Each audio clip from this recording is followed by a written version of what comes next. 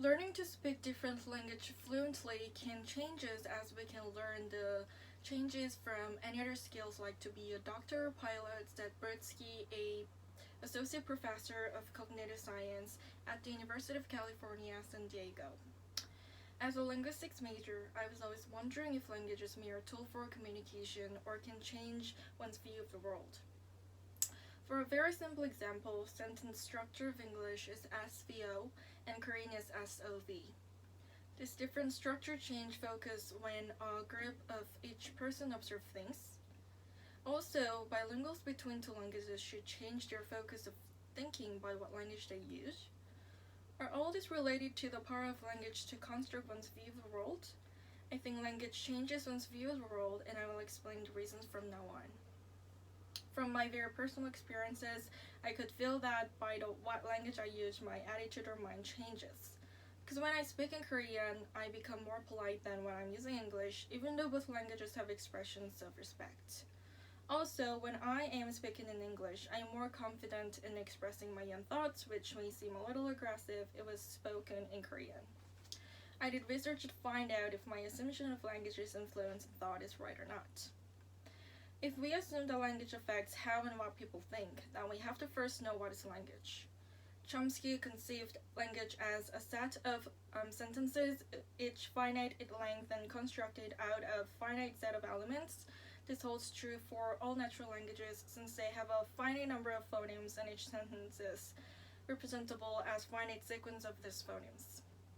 According to this definition, language seems to be very universal regardless of what kind of language we are speaking, which leads to argument that there are no significant differences among languages.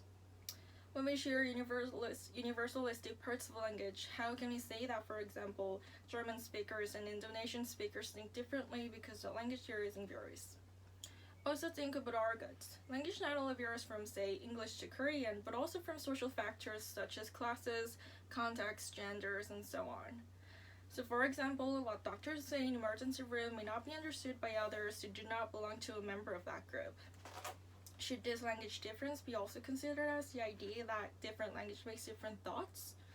Of course, it is not only language that makes people think differently. However, research on investigating the relationship between language and cognition have been found by many linguistic and cognitive scientists. To answer this, Lara Brodsky had done research and found that people who speak different languages do indeed think differently, and even types of grammar can profoundly affect how we see the world. First of all, there are more than 7,000 languages on the earth, and languages are indeed very different from language to language, not just being simply universal when you deeply synchronize it. Like I said in the first paragraph, English and Korean grammar structure is different. Furthermore, there are a lot of more differences among languages. For example, Indonesian, people do not mark tenses.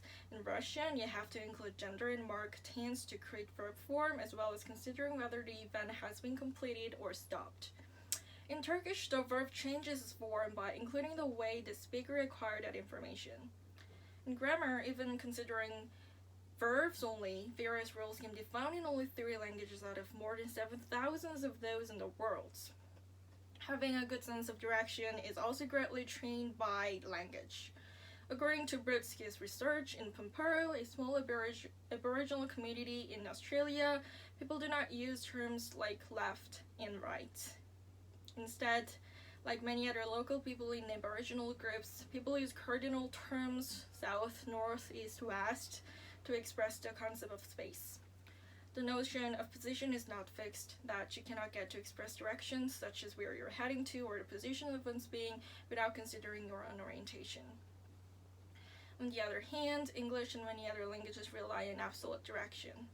This research also shows that Pampero people are much more adjusted to navigate their location, even in strange places like inside of buildings.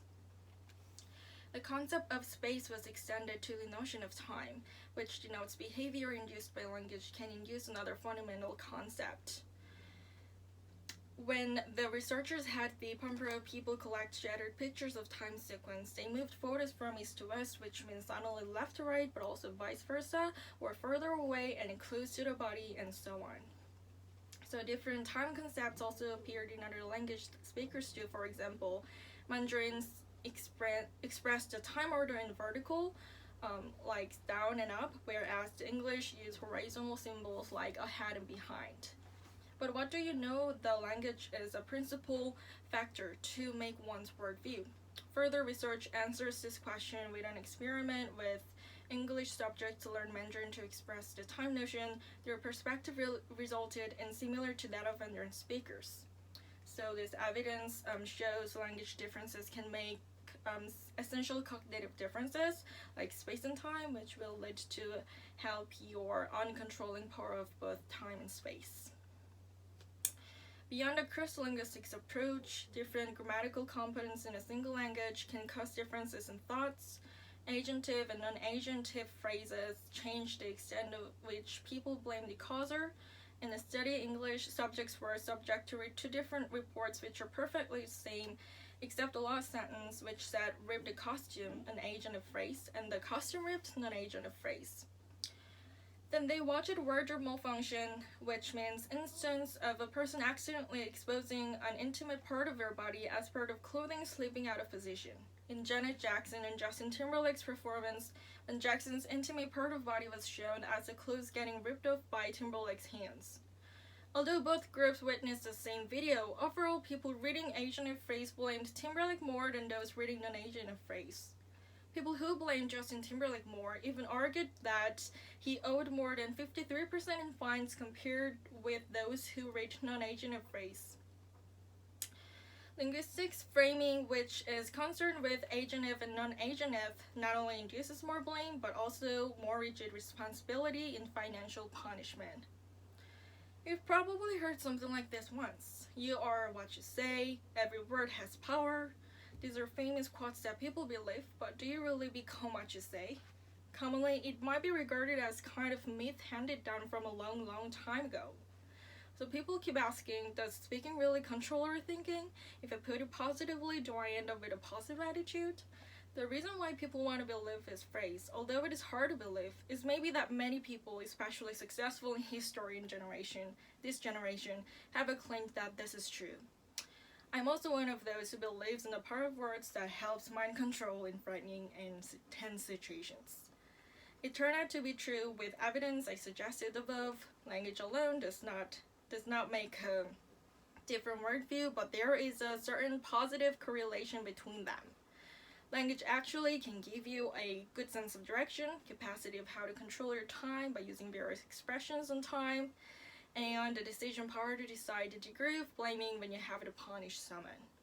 Why don't you try to use positive language and good words? There's nothing to lose, at least, isn't there? Thank you for listening my speech.